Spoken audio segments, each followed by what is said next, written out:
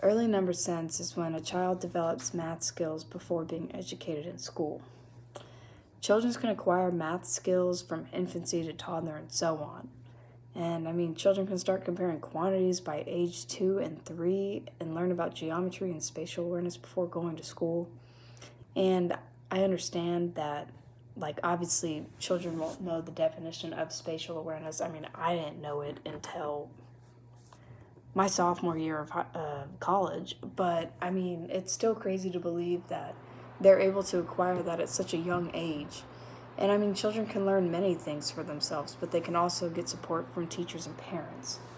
Now, parents can provide objects to children, and I mean, just having objects can help children learn patterns and sorting and classifying, counting, graphing, and even number concepts and symbols. All of this just makes me think about John Locke's theory and how children are born with blank slates and don't learn basically anything until their education years, preschool, and so on. And I mean, when I first learned about that, I understood what he was saying with, like, not learning anything.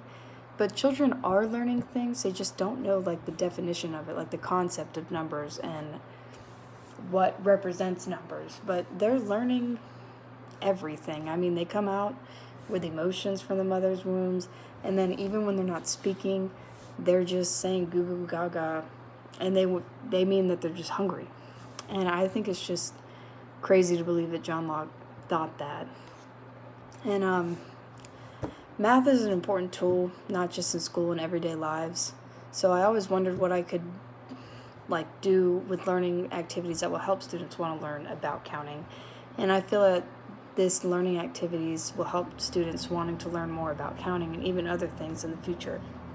So I think of ways to have higher quality learning activities to enlighten early number sense is having teaching practices in the curriculum based on children's knowledge and background. And I feel like this allows the student to feel comfortable learning numbers and also promote children to having a growth mindset. Now, when I read about Joe Bowler's book, something that really, caught my eye was growth mindset and the concept of how either people have fixed mindsets or growth mindsets. And I feel as if you base the curriculum or the learning activities on the children's background and knowledge. This will help tremendously with students' involvement with the curriculum and the lesson and want them to learn more even in the future. So I believe that's very important. And I think another thing that's important to base the curriculum and teaching practices on the knowledge of young children's development. And that is because it can be a risk to the child from not learning anything at all, because if you don't teach it at their level, then they're not going to be able to proceed and they'll still be stuck at the bottom. And especially when it comes to future education, they're not going to be able to move from that spot. And it'll just be holding them back. So you just have to learn the child's level. And once learning that, it will help them process more of the lesson and the counting and so on. And so, I talked about how children can learn without parents and teachers, but giving the child the assistance will help them promote higher education and help the child be pushed more into learning and counting and so much more. So teachers and parents can promote learning to children by giving them materials and playtime so students can observe the materials and playtime activities. And basically just by doing that, it promotes visualization with numbers when using objects, and the students can see what they're doing and observe the objects. And it also gives them exploration to do what they want to do and obviously observe what they are exploring.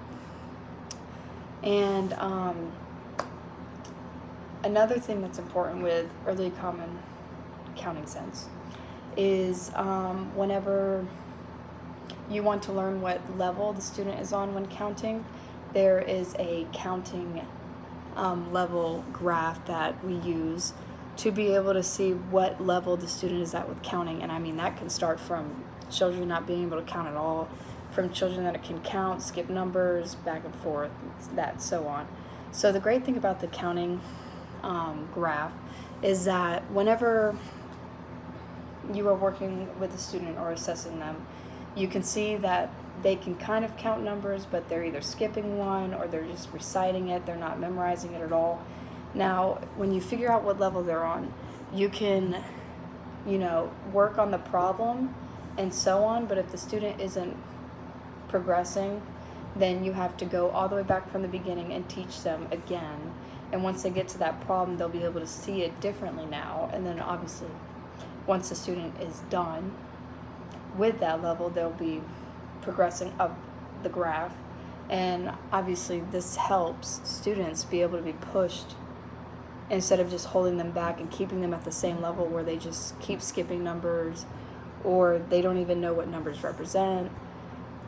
And yeah,